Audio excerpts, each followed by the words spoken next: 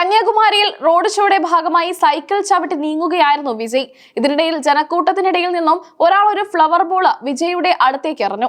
എന്നാൽ ബോൾ വരുന്നത് കണ്ട ഉടനെ വിജയ് തന്റെ സൈക്കിളിൽ നിന്നിറങ്ങി വേഗത്തിൽ പിന്തിരിഞ്ഞ് ഓടുന്നത് വീഡിയോയിൽ ദൃശ്യമാണ്.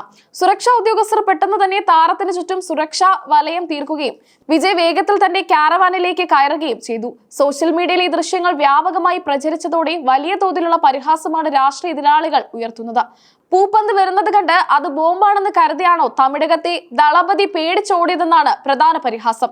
തമിഴ് സിനിമകളിൽ സാഹസികത കാണിക്കുന്ന താരം യഥാർത്ഥ ജീവിതത്തിൽ ഒരു ചെറിയ പന്ത് കണ്ടപ്പോൾ വിരണ്ടോടിയത് രാഷ്ട്രീയ പക്വതയില്ലായ്മയുടെ ലക്ഷണമാണെന്നും സോഷ്യൽ മീഡിയയിൽ വിമർശനങ്ങൾ ഉയരുന്നുണ്ട്. എന്നാൽ വിജയെ അനുകൂലിക്കുന്നവർ ഈ വാദങ്ങളെ പൂർണ്ണമായും തള്ളിക്കളയുന്നു. ലക്ഷക്കണക്കിന് ആരാധകർ ഒരേ സമയം തടിച്ചുകൂടിയ സാഹചര്യത്തിൽ സുരക്ഷാപരമായ മുൻകരുതൽ എന്ന നിലയ്ക്കാണ് താരം മാറിയതെന്നാണ് ഇവരുടെ വാദം.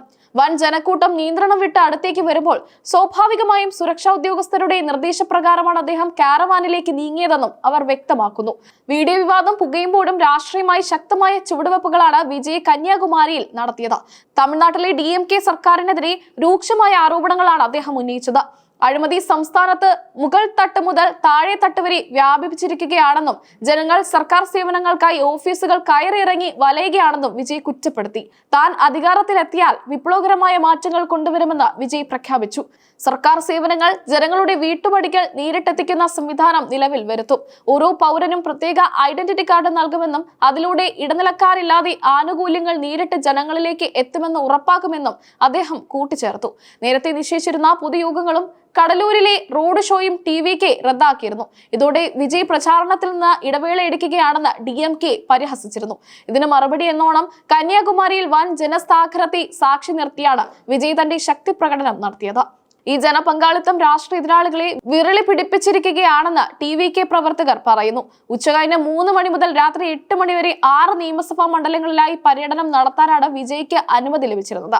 വിവേകാനന്ദ കോളേജിലെ യോഗം റദ്ദാക്കേണ്ടി വന്നത് ചില സാങ്കേതിക കാരണങ്ങളാലാണെന്നും എന്നാൽ തന്നെ ലക്ഷ്യത്തിൽ നിന്ന് പിന്മാറില്ലെന്നും വിജയ് വ്യക്തമാക്കി.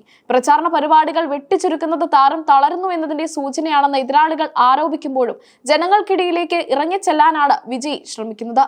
വിജയുടെ വീഡിയോ വൈറലായതോടെ സൈബർ ഇടങ്ങളിൽ TVK DMK അനുയായികൾ തമ്മിലുള്ള വാഗ്വാദം കടുത്തിരിക്കുകയാണ്. പേടിച്ചോടിയ വിജയ് എന്ന ഹാഷ്ടാഗുകൾ എതിരാളികൾ പ്രചരിപ്പിക്കുമ്പോൾ മക്കൾ തമിഴൻ വിജയ് എന്ന പേരിൽ ആരാധകർ വിജയുടെ പ്രസംഗങ്ങളും റോഡ് ഷോയിലെ ജനപങ്കാളിത്തവും ഉയർത്തിക്കാട്ടി പ്രതിരോധിക്കുന്നു.